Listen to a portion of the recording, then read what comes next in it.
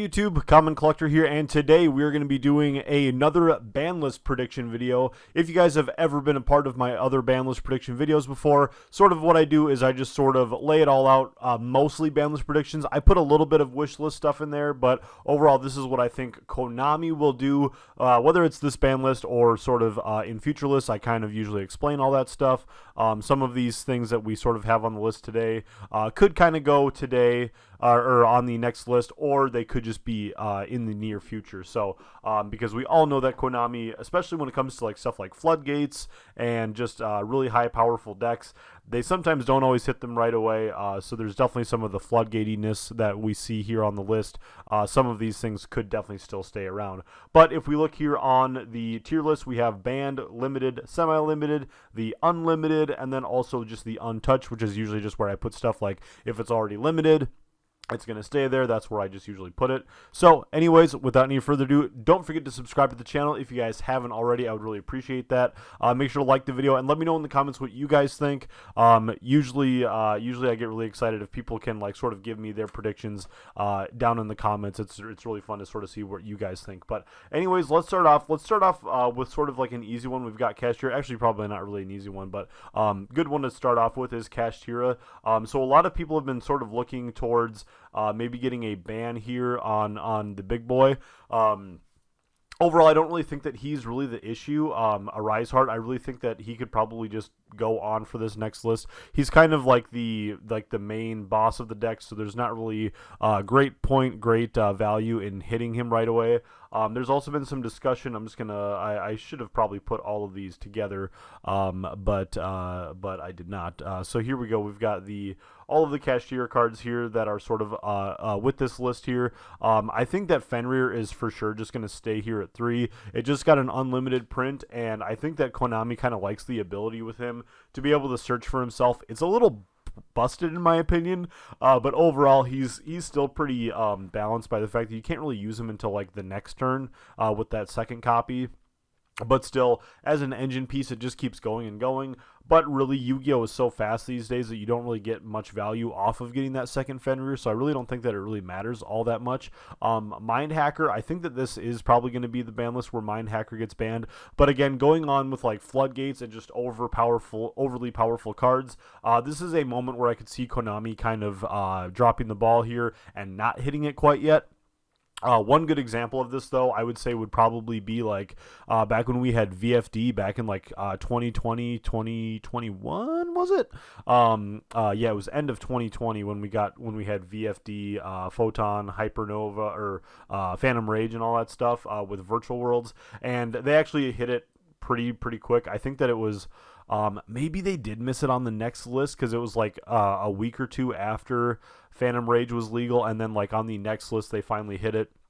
So we still had to put up with VFD for like basically a full format, but we've had almost a full format with this. So this isn't quite as bad as VFD because there's ways around it, a lot more interaction and stuff. But still, I think that ripping stuff out of the extra deck, just in general, is just like sort of a bummer to the deck, to the game.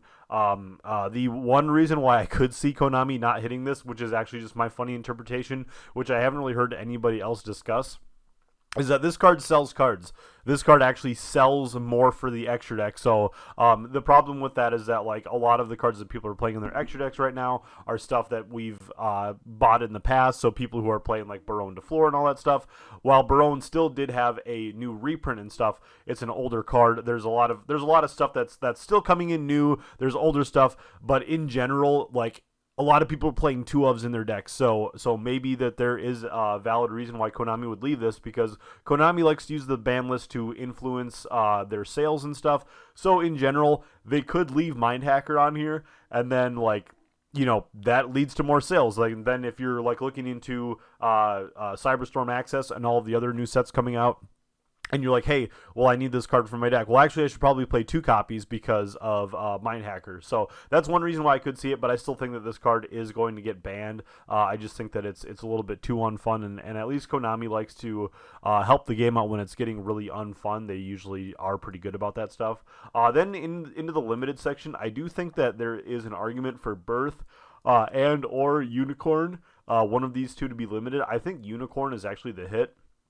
The unfortunate thing for Konami is that, like, I mean, this is an ultra rare, but it was also an ultra rare 2 sets ago. So, like, really, I don't think that they care too much about that stuff. When it comes down to it, you can interact with the unicorn a lot easier than the birth. Now, there is an argument to limit birth, and then if you have, like, a cosmic cyclone or something, you can obviously hit it, pop it, and then you're not going to have to worry about that anymore. But with the unicorn, I mean, this is a monster that they need for their XZ plays and all that stuff.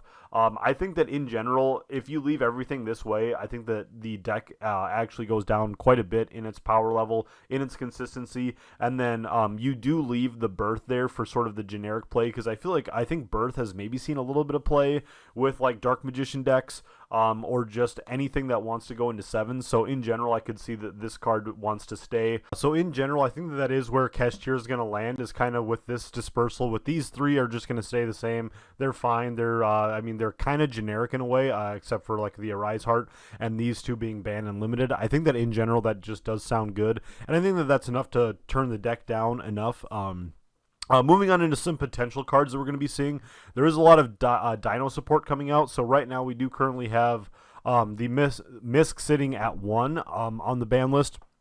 Overall, Misc as a lingering floodgate is super duper harsh, but in general, like as far as floodgates go, isn't quite as bad as some other ones. Like, I mean, in general, still having Misc go off is still really bad, but there are still ways to interact with those cards. So in general, I still think that Misc is going to be staying at either limited, or I could see it going to unlimited. I wouldn't really be surprised. I'm going to say probably semi-limited for now, and then they'll probably...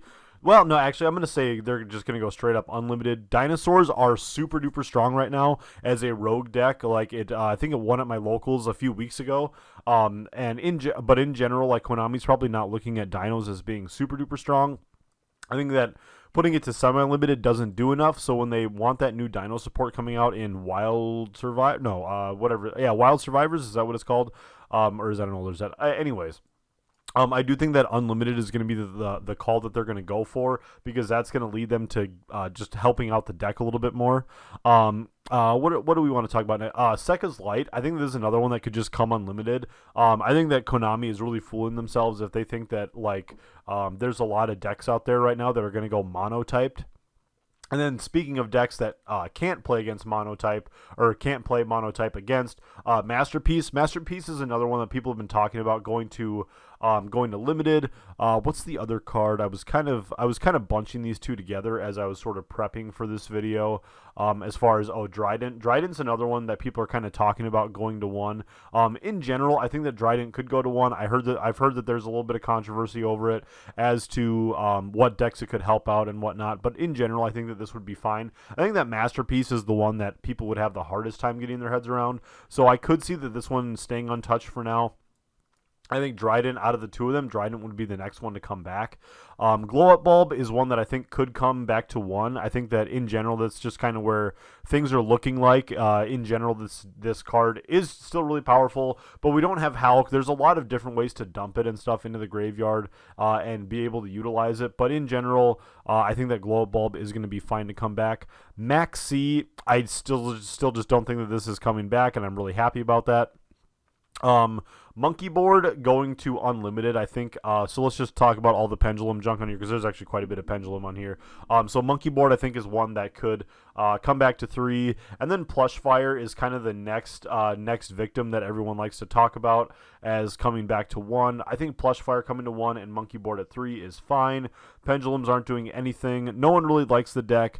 People aren't probably looking to pick it up too much, but then we have Electromite, and I think Electromite is just going to still stay banned. So in general, I think that that's kind of where we could see things going. Even if it's just Monkey Board at 1 and Plush Fire at 1, this could also be a way that we see it. So then technically Monkey Board would be untouched, but I still think that this is fine. But in general, if Konami wants to kind of take things slow and just sort of see where things go with this, I think that this would be fine. I'm okay with giving Pendulums back what they have here. Colossus, I don't think Colossus is going to get touched, especially with how Sprite is out there. Sprites are Thunders, if you guys didn't know this. So being able to have Sprites be able to utilize this card as well as Thunder Dragons, and I mean Battery Man. If you guys know, I'm a big fan of Battery Man.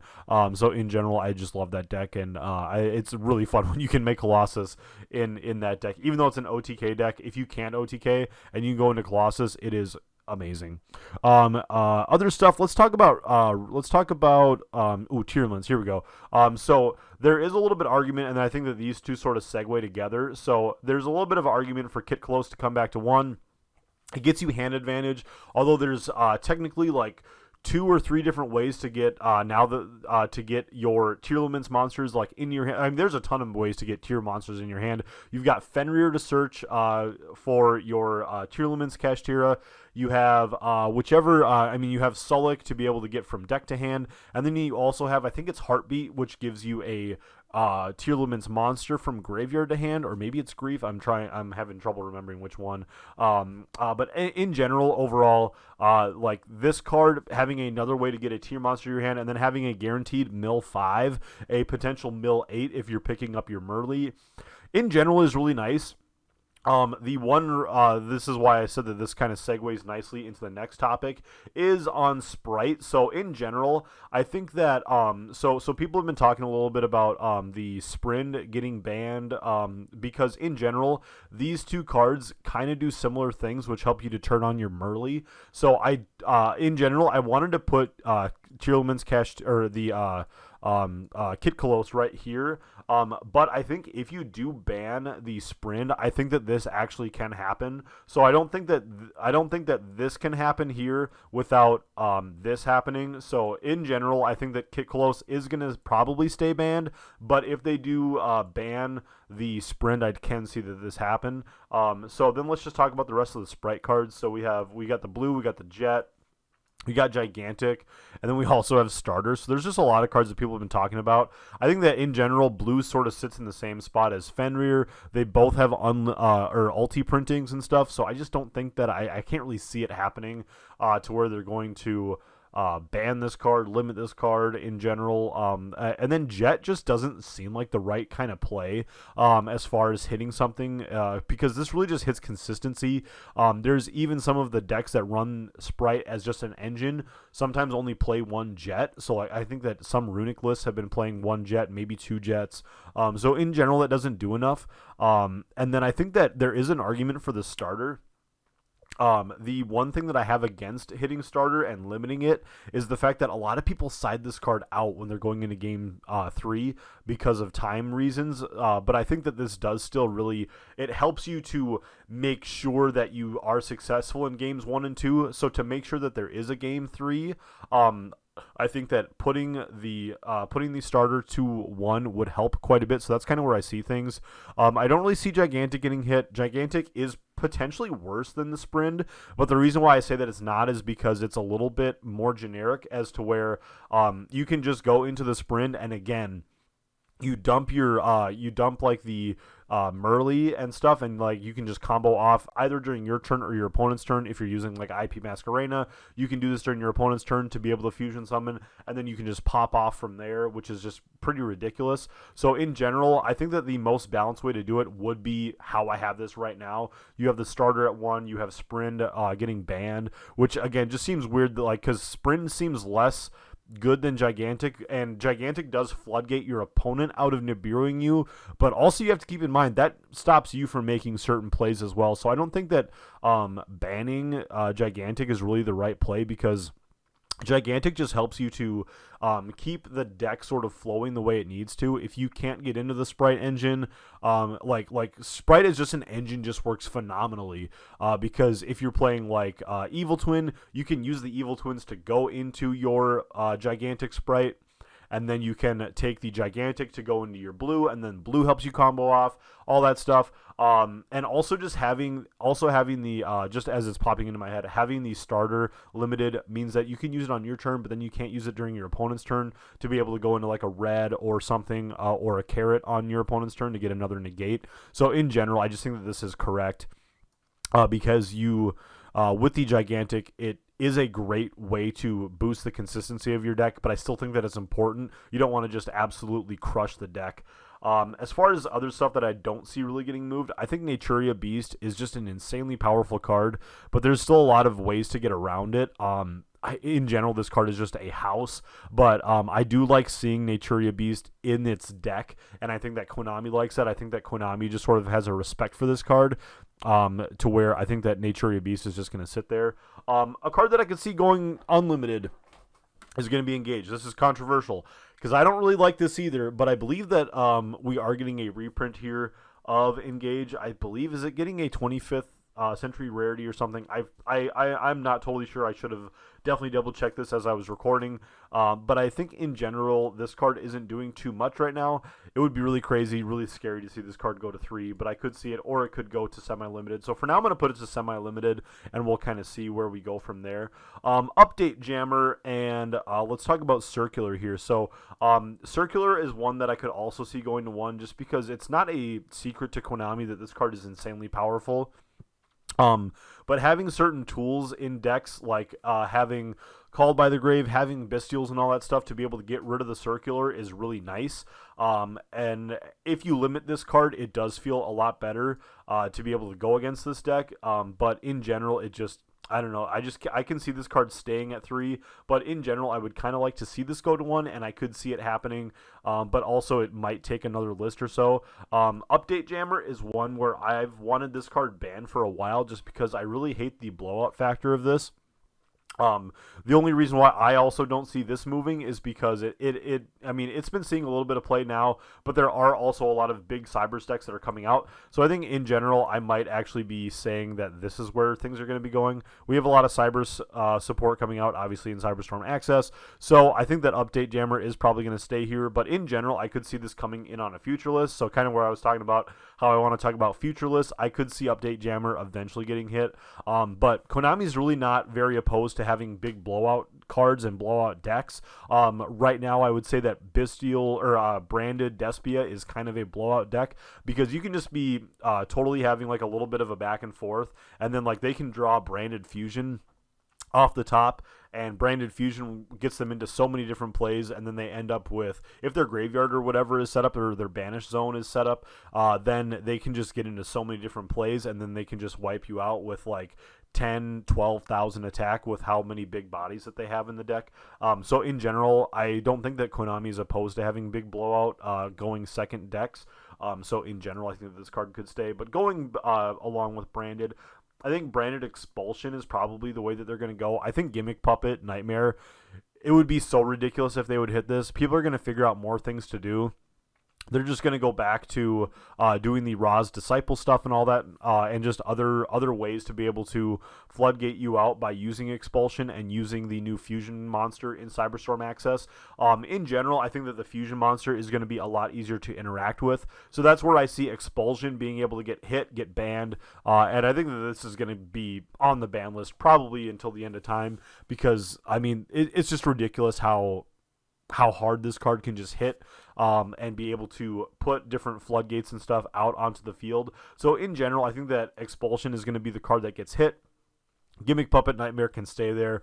We really don't want to hurt those Gimmick Puppet players. I mean, all 5 of them, they're going to be really disappointed if they lose their Nightmare. But in general, I think that it's going to be a lot easier to interact with the Fusion monster. I should have done my research again. I don't even know what the name of this darn monster is, but I know that it basically does the exact same thing as the Expulsion. There's different ways to interact with all that stuff. You have just generic stuff like Imperm, Effect Veiler, all that stuff. You've got Ghost Spell to be able to stop stuff from coming out of the graveyard and whatnot. So in general, I don't think that it is nearly as bad. Kind of getting back to the Sprite Runic Naturia talk, we've got Runic stuff right here. So we've got the Tip and we've got Fountain.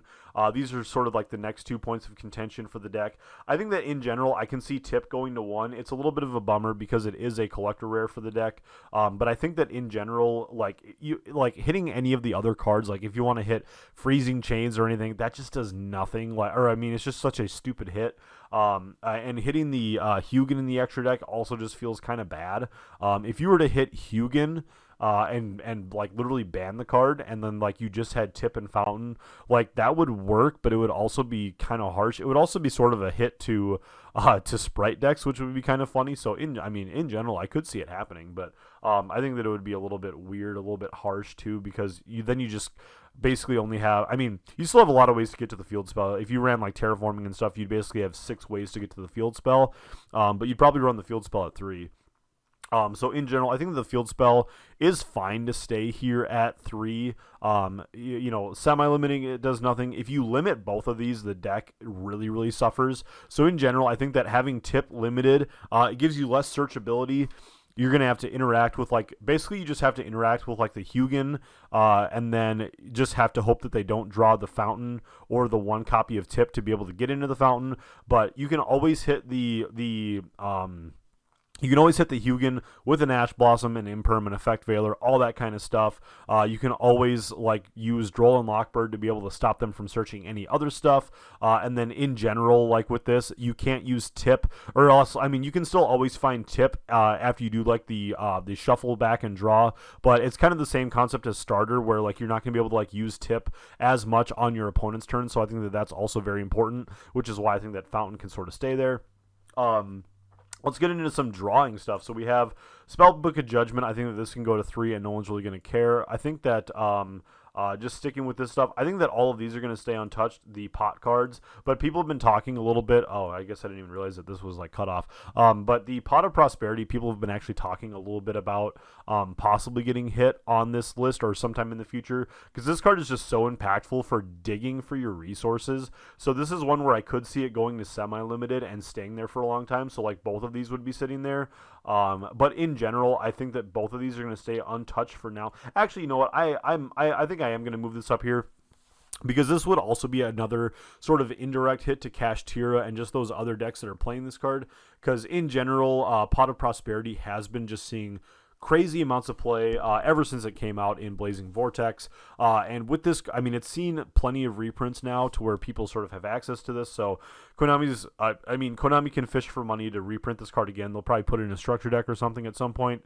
But still, they can do all that stuff with this card semi-limited. But I think with this card, being able to fish for those going second cards, or for those cards that you have in your deck that you just sided in games 2 and 3, is just insane. And if you're playing a deck that has multiple engines, to be able to find whatever engine you're missing, I think that this would be a big hit for those decks that are playing multiple engines. It would really hurt pile decks, stuff like that. And in general, I think that we would all be okay with this. Also, it's an indirect hit to Flu, or kind of a direct hit. I would still say it's an indirect hit to Flu, but I'm okay with that. Talking about Flu, this is just flowing phenomenally. We've got Dimension Shifter. People have been kind of looking for this card to get hit to 1.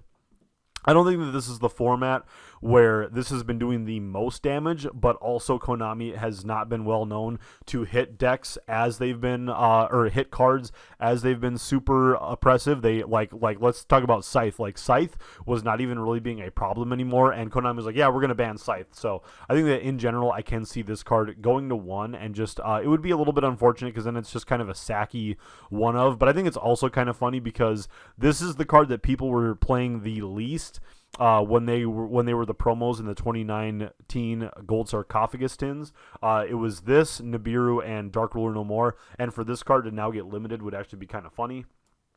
We have the Smorgasbord of Sovereignty. I'm hoping that this card stays untouched, and the reason for that is because in general, this card can still get you into some really nuts plays, and I'm just not a big fan of Tri-Brigade in general. And if you did bring back the Zodiac Trident for Tri-Zoo and stuff like that, then you definitely don't want to be bringing back the Smorgasbord. So in general, I think that if the Trident eventually happens, and I think people do want Trident in general, they just kind of want this card back. So at least a certain amount of people, I'm sure I'll receive a little bit of flack for saying that, but in general, I think that like this is a one card disruption. Like we can handle that.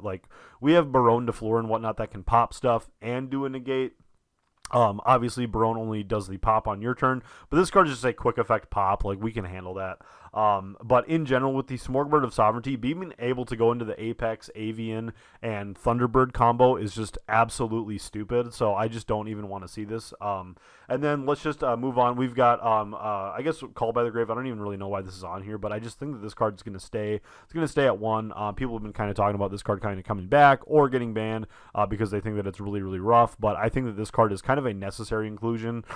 For if you're playing a rogue deck and stuff, you only see this card in rogue decks now. If you're playing a combo deck, people are just like, yeah, I can usually combo through here if my opponent doesn't have disruption, and if my opponent does have disruption, I just don't care, and then I'll just build board number 2.